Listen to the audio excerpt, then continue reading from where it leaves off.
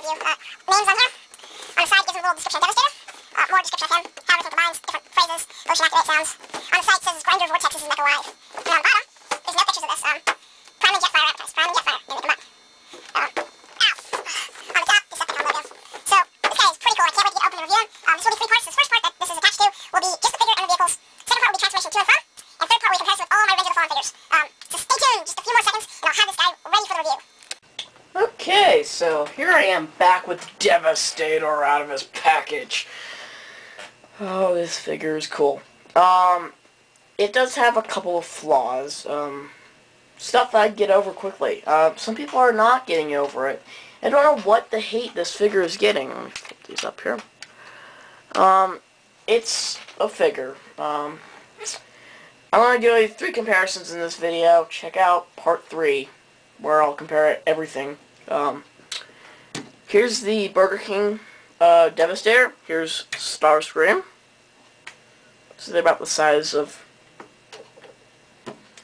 his leg. And I have here a wonderful opportunity because his fist just fired at me.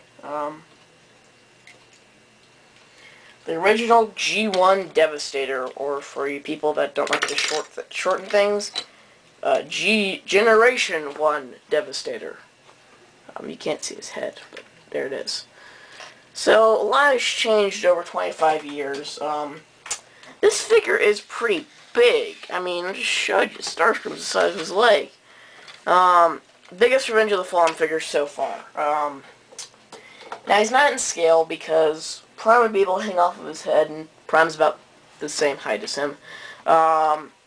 So, he's pretty cool. I must say, I'm really impressed, and I'm glad I pre-ordered from the Big Bad Toy Store. I pre-ordered him.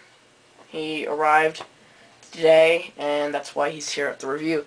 I'll say this much, I'm going to be putting 3 more videos up for today. I'm sorry, but this review's just gotta have more parts. Now, he's not in scale, except for Legends. Legends are in scale. Here's Mudflap, see? Mudflap is in scale. Woohoo! More on that in part 3. But yes, this figure is pretty cool. I'll give you a little 360 here. Now the back. The back, I read something on TFW2005.com. Someone was complaining about the back. It's the back. You display your toys from the back? I don't know. I display mine from the front. It doesn't have the exhaust port. Well, not yet. But we'll get to that in a minute. Overall, the molded details there, that was in the movie. Just not painted. Urgh. You can see that right here. It's all this, it's got very little paint apps. A lot of nice green on the head, though. Yeah, we'll get to that in a minute. Overall, really nicely. It's nicely painted for the little paint it has. I might go touch it up. Now, the molded detail it's missing is his wrecking balls. They should be right here somewhere. They're not there. That's because if Hasbro put balls on a kid's toy, it just still says ages 5 and up on the box. There would be so many lawsuits. The court would last for 8 years, and Hasbro wouldn't make any toys in that time. Yeah, so I'll go over the articulation real quick. He's got really heavy ratchet shoulders, which is nice.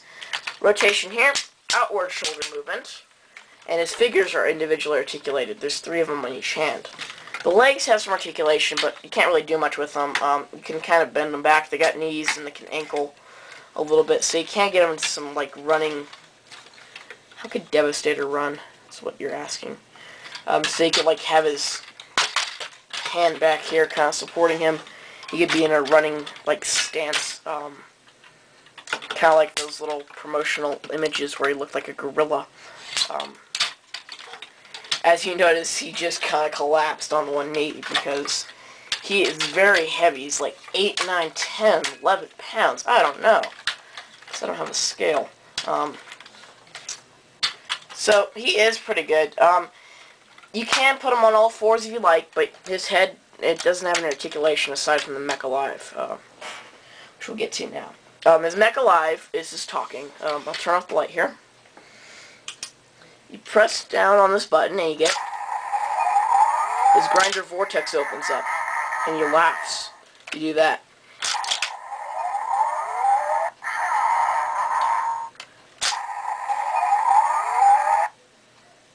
Wait for that to start turning.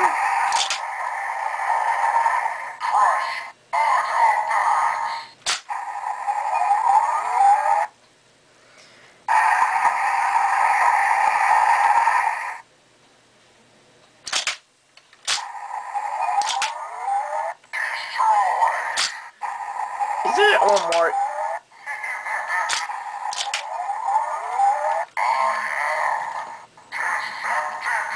Yes, he is Decepticon. That is Frank Welker's voice. He did Devastator in the movie, for people that didn't know. And so he did it for the toy, which is pretty cool. He does have other electronic speech. He's got motion activate things, so if you shake him a little bit, or hold his head up. Fine.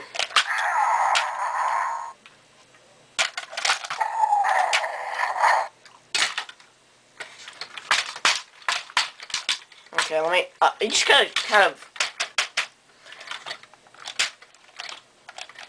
you can get his head up here if you, like, because once you press this button, it starts.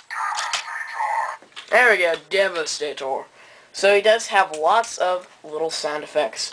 The figure itself, he is pretty neat. Now, like I said, he does have an exhaust port, if you don't mind him wearing a hat of a truck cap. This flips up. There's your exhaust port. Okay? It's pretty deep. You could... Let me try something. Just totally random and off the top of my computer. It's a Power Ranger. By the way, this is much more articulated than a Power Ranger Megazord. So as you can see, it goes all the way through, right? Well, if you want it to, if you have something small like a Power Ranger, you can stick it in the back. And here, I'll show that a little bit better. See his head, right? Stick it in the back. And he comes out the front. That's as far as the funniness went for that, because it starts looking disgusting. But yes, he can eat legends if you want him to. The Fallen can command him. If the Fallen would not fall on the floor, oh my god, what is happening to this world? Got the Fallen. So the Fallen can stand on top of him, which is nice with that ball joint ankle. Though, as soon as the Fallen commands Devastator to activate Grinder Vortex and suck everything up, like the desert, you get a problem. It knocks him straight off. If you like, Mudflap can fit in there, the Legends class. But more importantly, you can you can recreate the deleted scene. Actually, this is an accidental footage clip I got. I actually got some footage from a rehearsal and why Springer was cut from the movie very early. I'll show that to you now, after this is over. So, stay tuned for part 2 for the individual vehicle forms and the transformation. And, till next time, this is Soundout saying goodbye.